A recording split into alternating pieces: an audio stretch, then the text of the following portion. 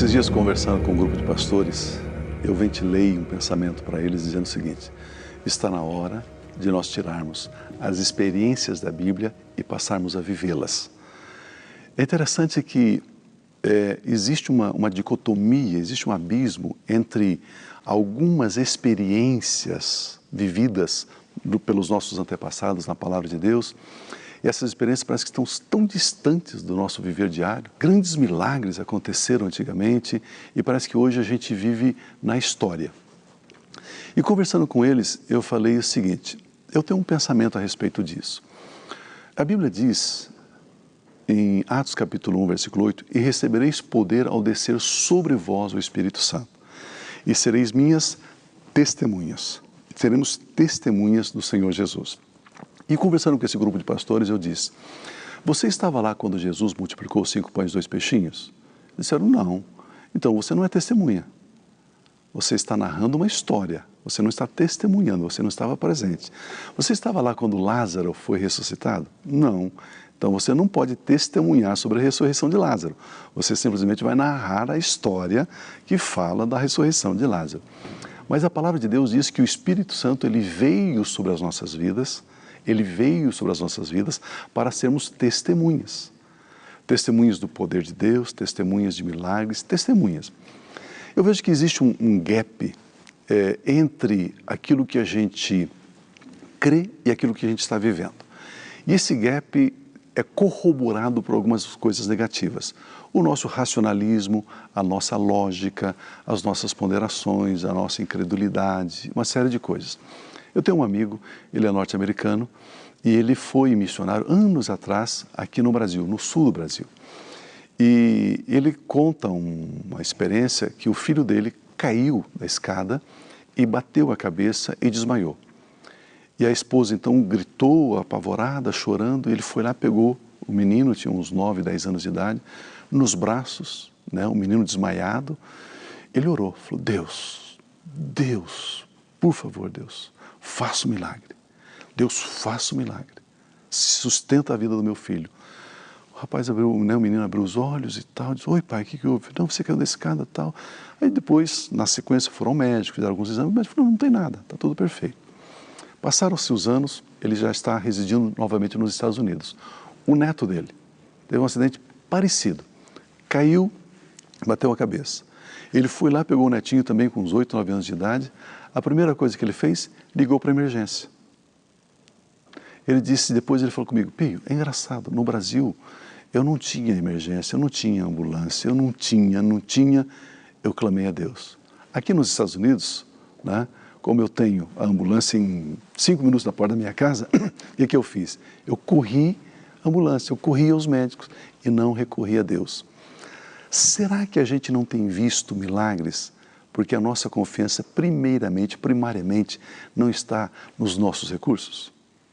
Será que a nossa dependência não está muito mais naquilo que está ao alcance da nossa mão do que pararmos e dizer: Deus, por favor? Olha alguns preconceitos que nós temos. Eu estava fazendo meu curso de teologia e aí então falando um pouquinho sobre essas questões de milagres e curas. E aí um rapaz da sala, um colega da sala disse: pois é, estava ouvindo um programa de rádio e o pastor disse: coloque um copo d'água em cima do rádio, eu vou orar, você vai beber e você vai ser curado. Aí todo mundo na sala de aula deu risada. Eu falei: pessoal, me permitam um adendo aqui. O que foi? Eu falei: eu conheço uma pessoa, ela tinha mais ou menos 44, 45 anos, ela começou a sentir uma dor, assim no ventre e tal, e uma dor, um desconforto, foi ao médico, começou a fazer os exames, e o médico disse para ela assim: olha, você está com câncer. Na bexiga, está bem, né, alastrado esse câncer e tal, e a gente vai ter que fazer uma cirurgia, e é uma situação complexa. E essa pessoa volta para casa, ela foi sozinha ao médico, ela voltou, chegou, eram umas 11 horas da manhã em casa, e ela foi fazer ali o alimento, o almoço para os filhos e para o esposo que viriam almoçar em casa. O rádio dela estava ligado num programa desses. E o pastor falou: olha, eu vou orar agora, se você sentir liberdade, se você tiver, coloca um copo de água sobre o seu rádio. E ela fez. Ela parou o que estava fazendo, ainda muita dor, muito desconforto. Ela tomou aquela água e foi fazer o almoço e foi e tal. E ela estava insegura em compartilhar com o esposo. Estou com câncer, com os filhos, o que eu digo, não digo, o que eu faço? E passou um dia, 2 dias, até que ela passou, olha, eu não tenho mais dor, não estou sentindo mais nada. Eu vou ao médico novamente. E foi ao médico, doutor, eu não estou sentindo nada, eu estou sem dor. A gente falou, olha, na verdade, quando a gente faz o diagnóstico de uma doença grave, o primeiro momento do nosso psicológico é negar, é dizer que não, é resistir, é uma fase que você está passando. Mas o senhor poderia fazer novamente os exames? Posso. Ela começou novamente alguns exames. E negativo, negativo, negativo, negativo. Aí chegou um momento que o médico falou assim, olha, eu não sei o que aconteceu, mas você não tem câncer. Aí a sala naquele momento estava em silêncio. E eu falei assim, e essa mulher é minha mãe. Hoje ela está com 87 anos de idade, firme, saudável, servindo ao Senhor com alegria. Há mais de 40 anos ela passou por essa experiência. Então nós temos às vezes alguns preconceitos. Se Deus for me curar, Ele tem que curar assim. Se Deus fizer um milagre, Ele deverá fazer um milagre desse jeito.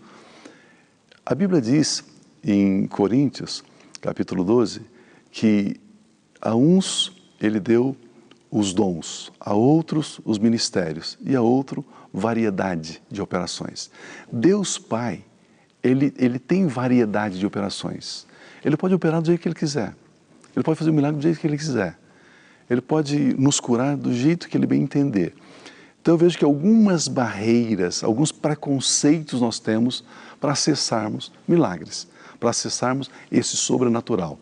Nós temos experimentado, temos experienciado alguns milagres no nosso ministério.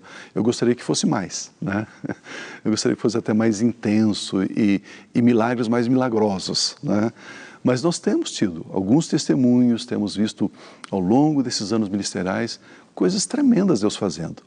E já vimos também pessoas padecer de uma enfermidade, de uma doença e morrer. Sepultamos membros das nossas igrejas debaixo de sofrimento, debaixo de angústia e não obtivemos, e não alcançamos o milagre que nós esperávamos.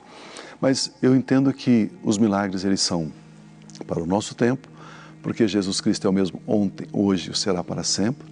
A gente tem visto, nós temos visto em outros ministérios também, grandes sinais, grandes prodígios, grandes maravilhas.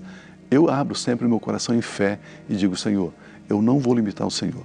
Faça do seu jeito, tenha liberdade. E eu quero sim, como diz o texto de Atos 1:8, eu quero testemunhar, eu quero ser uma testemunha do poder de Deus nesses dias sobre a terra.